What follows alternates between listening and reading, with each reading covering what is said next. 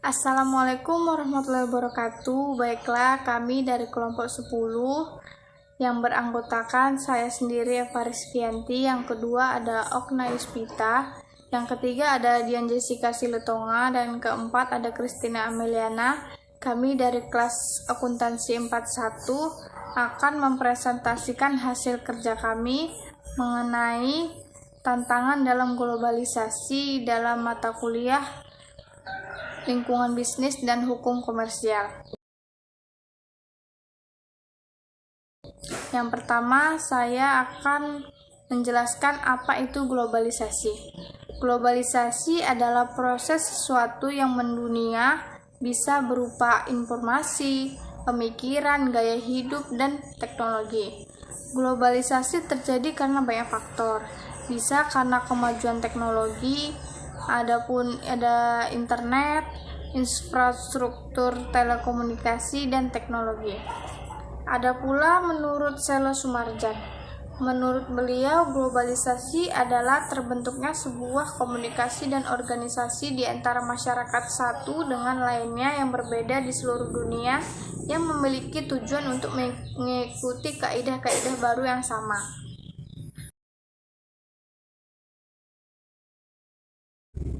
Ada pula proses terjadinya globalisasi dibagi menjadi 4, yaitu yang pertama, masa manusia telah mengenal perdagangan lintas negara atau perdagangan internasional. Yang kedua, ada proses terjadinya penyebaran agama.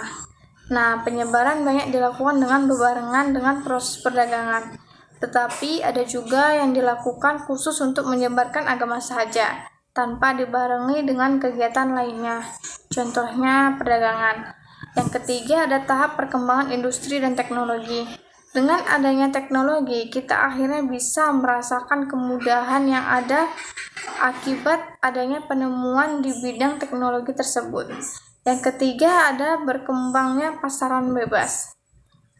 Globalisasi menempatkan masyarakat dunia untuk saling terhubung dalam semua aspek kehidupan, baik di dalam sosial budaya, ekonomi, politik, teknologi, maupun ilmu pengetahuan. Adanya globalisasi membuat kita bisa saling terhubung dengan masyarakat lain di negara lain. Dalam bidang ekonomi, kita bisa ikut berkontribusi untuk menjadi konsumen seperti membeli barang-barang online yang dikirim dari luar negeri, maupun menjadi produsen dengan cara menjual produk kita ke pasar global. Persaingan bisnis dalam globalisasi semakin lama semakin tinggi.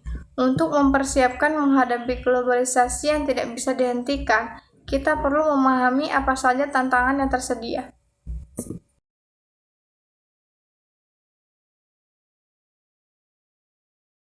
Tantangan dalam konteks globalisasi mengandung makna bahwa globalisasi tersebut harus dihadapi dengan suatu strategi untuk tidak kalah bersaing dengan negara lain. Tantangan tersebut adalah bagaimana bisnis kita dapat bertahan ataupun berkembang dan menghasilkan produk-produk berkualitas global yang dapat bersaing dengan produk global lainnya. Bagaimana jika kita berada di posisi sebagai tenaga kerja untuk dapat bertahan dan bersaing dengan tenaga kerja asing yang masuk? Untuk mengatasi hal tersebut, hal pertama yang menjadi titik adalah dengan memperbaiki dari segi sumber daya manusia.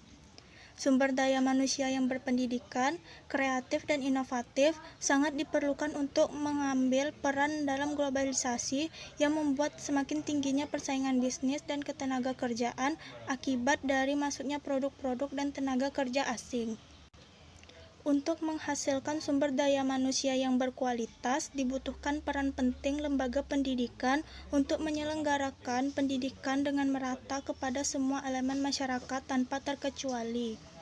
Peran pendidikan sangat diperlukan untuk menciptakan kemerataan dan menghindari dari pengangguran akibat kalah bersaing dengan tenaga kerja asing. Jangan sampai kita menjadi pengemis di negeri sendiri, tidak memiliki rumah di tanah sendiri. Hal selanjutnya yang perlu diperhatikan adalah merangkul para wirausahawan kecil menengah untuk bisa memasarkan produk mereka lebih luas, memberikan pendidikan dan pelatihan mengenai pemasaran produk secara digital, secara perlahan karena dengan digitalisasi, pemasaran produk bisa mencapai pasar yang luas bahkan mengglobal.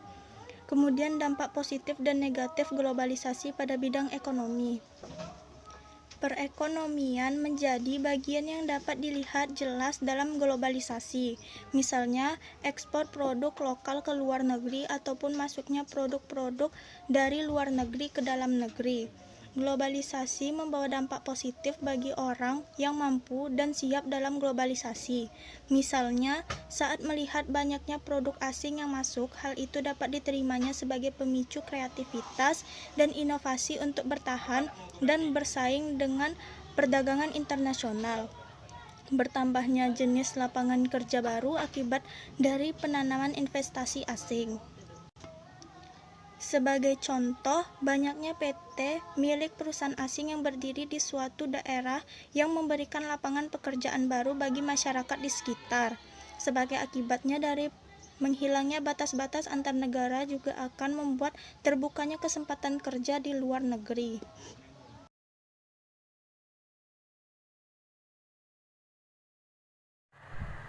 Dampak negatif globalisasi di bidang ekonomi, yaitu 1. Indonesia akan dibanjiri oleh barang-barang dari luar negeri. 2. Pengusaha modal oleh asing. 3. Berkurangnya subsidi untuk rakyat. 4. Kesenjangan sosial. 5. Memperburuk prospek pertumbuhan ekonomi jangka panjang. Contoh dari globalisasi ekonomi adalah e-commerce seperti Tokopedia dan lain sebagainya yang pertumbuhannya sangat cepat saat ini. Kemudahan-kemudahan yang didapat, bentuk bisnis yang berbasis digital dilihat dapat lebih bertahan dan dikembangkan di tengah persaingan bisnis dalam globalisasi dibandingkan dengan jenis bisnis konvensional. Bisnis digital dilihat lebih mampu menjangkau pasar hingga pasar global dibandingkan bisnis konvensional. Dampak positif maupun negatif globalisasi tersebut tergantung dari tinggi rendahnya pendidikan dan kreativitas serta inovasi hal yang harus dilakukan untuk menghadapi persaingan dalam globalisasi yang semakin besar. Bentuk dan gejala globalisasi. Bentuk dan gejala globalisasi di berbagai bidang di kehidupan sosial. Yang pertama, bidang ekonomi, yaitu globalisasi ini erat dengan perdagangan bebas. Perdagangan bebas adalah sebuah sistem perdagangan yang semakin luas dan meniadakan hambatan yang ada pada proses perdagangan internasional. Biasanya hal ini ditandai dengan adanya organisasi internasional.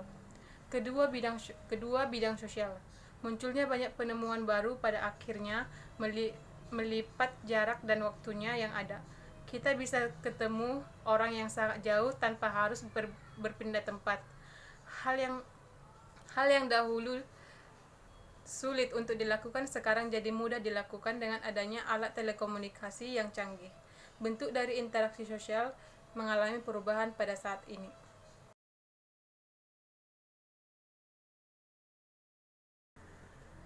Manfaat globalisasi bagi Indonesia. Globalisasi adalah suatu fenomena khusus dalam peradaban manusia yang bergerak terus dalam masyarakat global dan merupakan bagian dari proses manusia global itu. Globalisasi menyentuh seluruh aspek penting kehidupan. Globalisasi mendorong kita untuk melakukan identifikasi dan mencari titik simetris sehingga bisa mempertemukan dua hal yang tampaknya paradoksal, yaitu pendidikan di Indonesia yang berimplikasi nasional dan global. Kasus tentang perilaku keagamaan remaja pada era globalisasi di Kelurahan Glogoanyar, Kabupaten Lamongan. Penelitian ini dilatar belakangi karena globalisasi dewasa ini dan di masa akan datang sedang dan terus mempengaruhi perkembangan sosial budaya, keagamaan, perilaku, cara berbusana, dan lain-lainnya. Globalisasi sebenarnya bukanlah fenomena yang baru terjadi bagi masyarakat Muslim di Indonesia, khususnya bagi remaja. Pembentukan dan perkembangan masyarakat Muslim di Indonesia bahkan berkembangnya dengan datangnya berbagai gelombang globalisasi secara konstan dari waktu ke waktu. Penelitian ini bertujuan untuk mengetahui adakah dampak atau pengaruh globalisasi terhadap kehidupan remaja, khususnya dalam hal perilaku keagamaan remaja di Kelurahan Tlogo Anyar, Kabupaten Lamongan. Penelitian ini menggunakan pendekatan kualitatif, yakni penulis melakukan penelitian lapangan dengan menggunakan metode pengumpulan data melalui metode observasi, metode wawancara secara langsung kepada narasumber. Dalam penelitian ini, penulis menganalisis data dengan menggunakan teori kebutuhan dasar manusia Abraham Maslow, di mana dalam teori ini Maslow memiliki asumsi dasar bahwa tingkah laku manusia dapat diteladani melalui kecenderungan dalam memenuhi kebutuhan hidup, sehingga bermakna dan terpuaskan. Untuk itu, Maslow menetapkan motivasi dasar manusia sebagai sentral teorinya. Manusia memiliki sifat dasar yang tidak akan pernah sepuasnya merasa puas, karena kepuasan bagi manusia bersifat sementara. Ketika suatu kebutuhan yang terpuas, maka akan muncul kebutuhan lain yang lebih tinggi nilainya, yang menuntut untuk dipuaskan. Begitu pula seterusnya. Hasil dari penelitian ini adalah bahwa globalisasi memang mempengaruhi perilaku keagamaan remaja di Kelurahan Tlogo Anyar di Kabupaten Lamongan.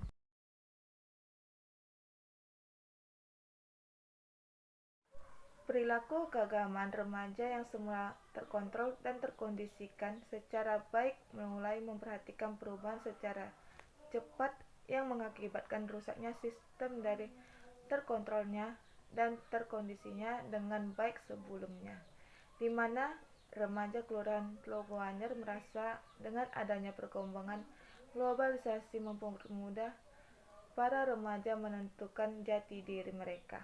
Akan tetapi, banyak dari para remaja tidak memanfaatkan perkembangan globalisasi secara bijak agar tidak timbulnya pengaruh negatif untuk masa depan mereka.